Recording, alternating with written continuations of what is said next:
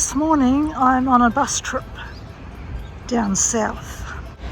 At the moment I'm in a different place because this bus tour company picks up down here.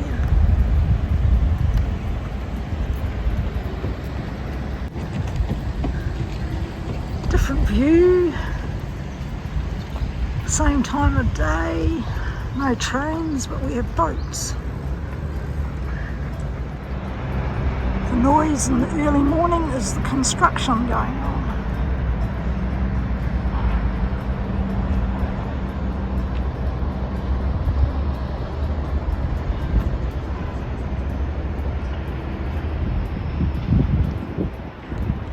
Hi everybody, this bus trip is a trip I did to the southwest last week.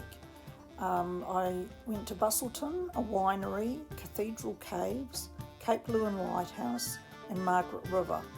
So throughout this video you will hear snippets about the place. I couldn't keep a lot of the sound in because it was so windy. So Busselton is a beach resort down below Perth. It has an airport that you can catch flights in from interstate. It has cruise ships coming in, which there was one in there in the distant background, and it is packed in the summer and long weekends.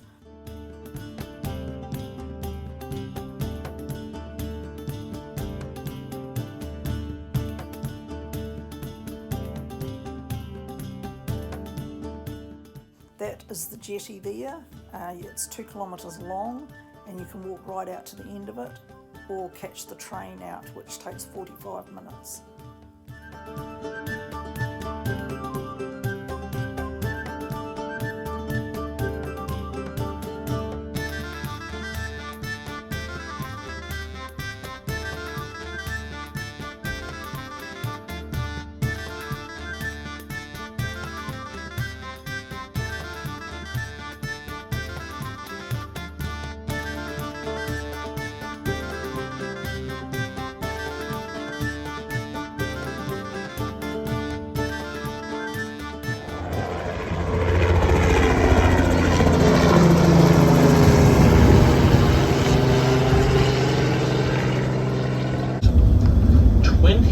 Of the premium wines produced in Australia come from this region, from the Margaret River wine region. So whilst we contribute very little to the overall wine market of Australia, what we do contribute is of very high quality.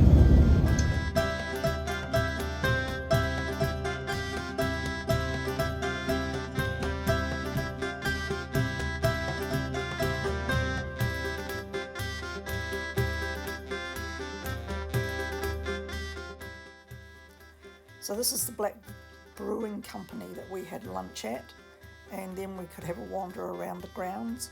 I had a little walk down one of the vineyard alleys, and you'll notice that we were given, with our lunch, we were given free wine tasting, which I didn't have because I don't drink wine, and cider tasting.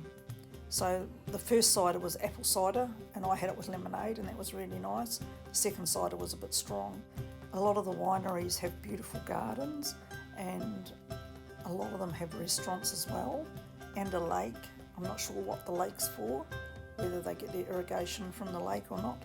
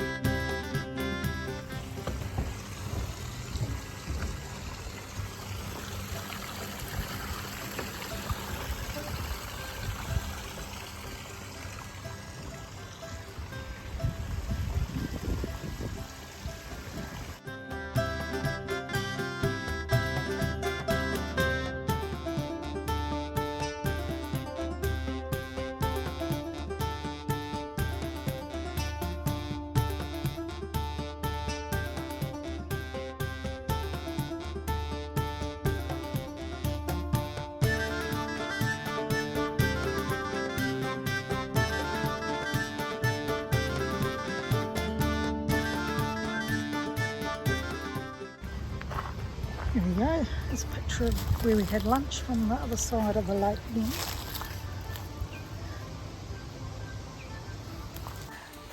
Oh, that's lavender.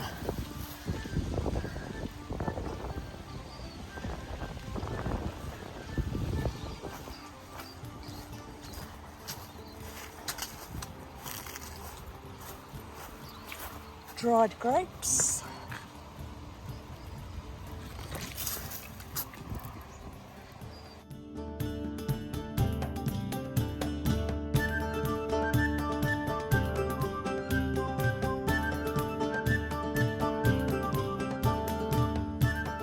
So all this will be made into wine eventually, when the grapes grow enough.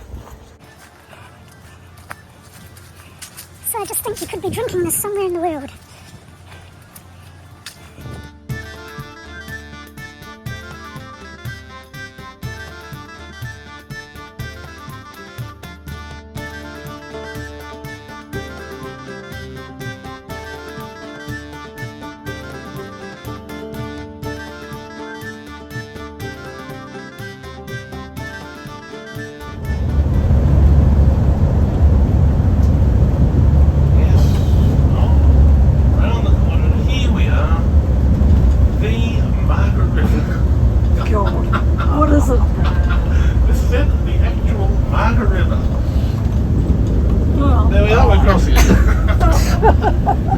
Wasn't that worth it to visit all the way down from Perth across the Margaret River? Now, if you didn't get a photo of it then, don't despair. We'll be crossing it again later on the way back to Perth after we visit Margaret River. Prior to 1984, of course, the carry tree was primarily used in Western Australia for timber, for roofing timber. We're just going to go down into Mammoth Cave. It's down in the southwest region. Beautiful.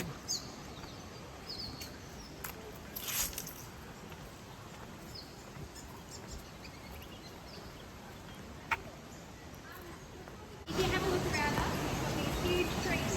They're our beautiful towering trees next to the southwest.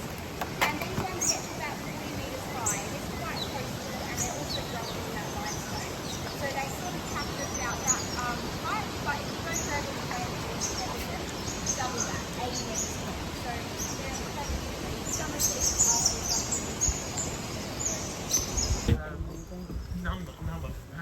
Oh, you can feel the cold coming out now. Even on the size in the summertime, coming here for. Oh, I don't mind missing this because I've been in Genoa and I've been a couple of others like Hastings. Oh, it's chilly.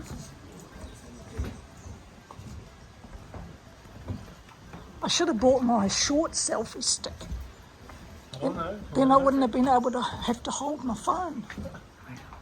I was doing everything right.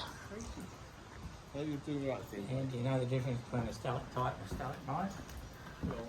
Oh, how beautiful. And if you have a look across here, you can actually see where that stream usually comes through. When it is in full swing, winter time, it's got a few little critters inhabiting it. You have the little jewelgies, type of little yabby sort of thing. And then when it does dry up, they bury underground. We also have a tiny microscopic invertebrate living in the water as well, called the spike fauna. And some of the species found in Mammoth Cave aren't found anywhere else in the world. So they're pretty special little guys. Now, who has actually been into caves before? Raise your hand. No. Beautiful, most of us. Alright, I'm going to test your knowledge then. What are the formations hanging down from the cave roof? Stalactites, well down. And how about the ones growing up from the floor? They're the mites. Stalagmites, and what happens when they join together? They're a column. Column, well done. Now this one might trip you up. Can you see on the end of this stalactite those very thin straws? So while you watch yourself, those I think I was away those that heard it. Those tiny formations on the end there. Does anyone know the name? Snot. You actually might drink milkshakes out of these. Straws. And they're called straws simply because they're hollow.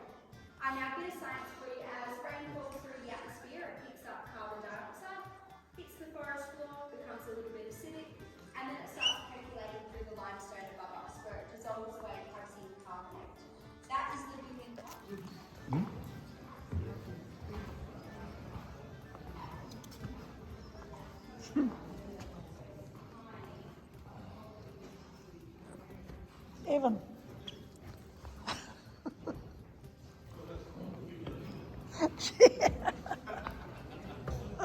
Giving me a hard time.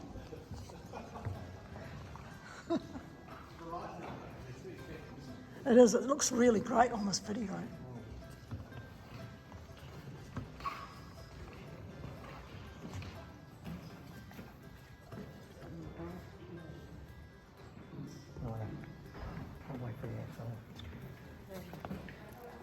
When the tree above dies, the roots start with it, and they leave behind holes which get bigger and bigger with erosion. And we do have some evidence to back up this theory, because one of the biggest dig sites in here is right down the bottom here, directly below where that huge hole is. Giant kangaroo, lots of different things. But you also see some which are a little bit familiar. We've got the Tasmanian devil. As we know, the devil is still alive today, but the Tasmanian tiger not so much. They were unfortunately plunged into extinction, and the last one died in 1940 in Hobart Zoo, Benjamin.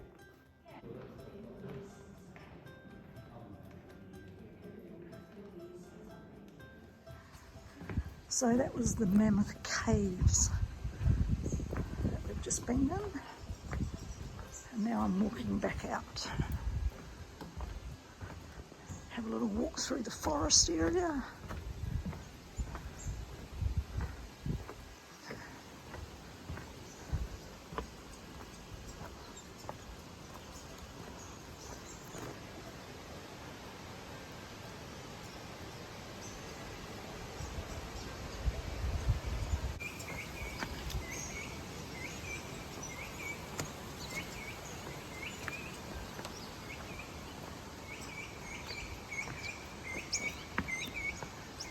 Listen to the birds. The birds are cool, little cute things singing. There's a little one up there. Oops, that's a fantail. Lots of fantails around here. It's a bit spooky.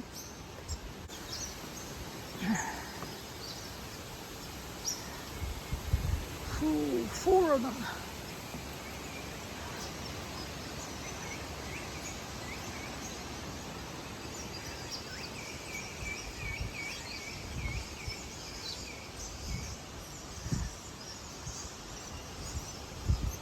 Go for a little walk deeper into the forest.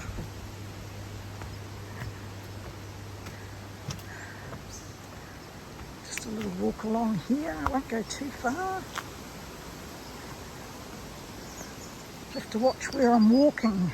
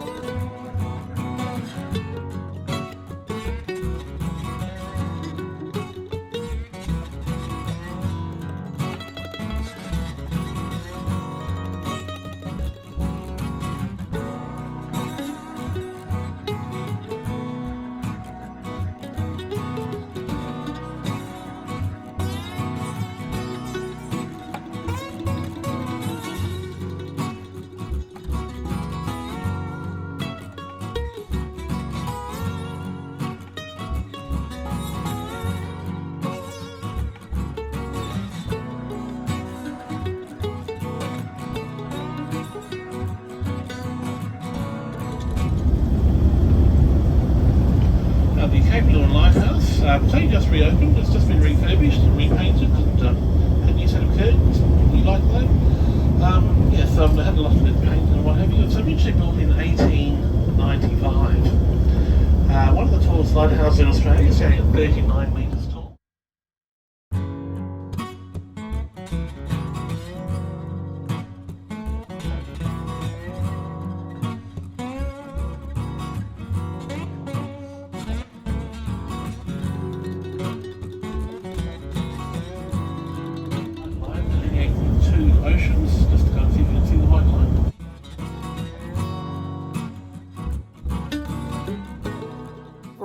Cape Leewin, and it is the most southern tip of Australia, has the tallest lighthouse in Australia, and is probably the windiest spot in Australia. It's where the Great Southern Ocean and the Indian Ocean meet. And if you notice the white line, well, that was a joke on the bus driver's part.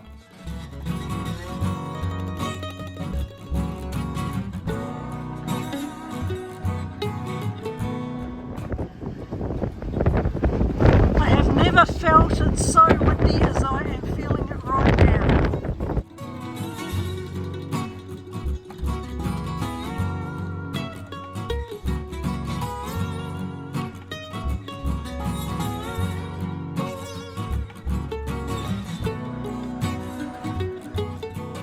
I've left a couple of clips coming up that you'll be able to see how windy it was.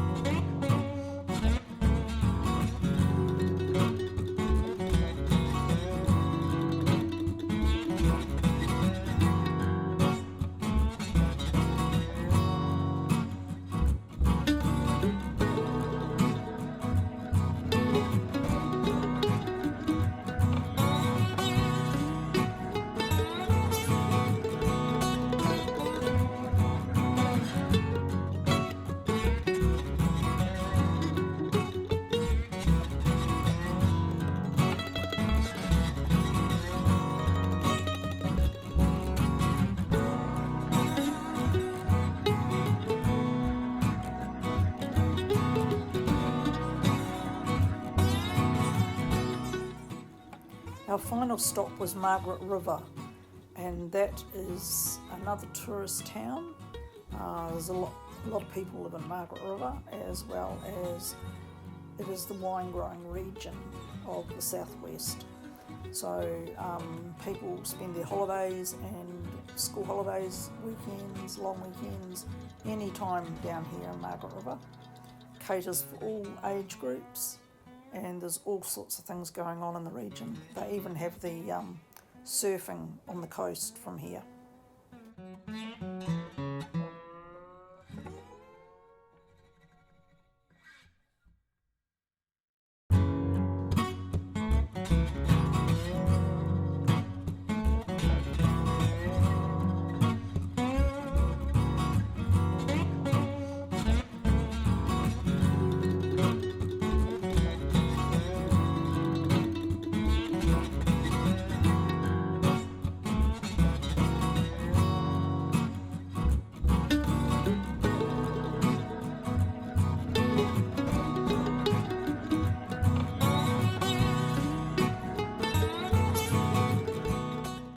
So that was the end of a long journey. It was roughly 12 and a half hours driving, but I was out of the house for probably 15 hours all up. Quite a big long day, and I was totally exhausted when I got home. So catch us again next video. Bye.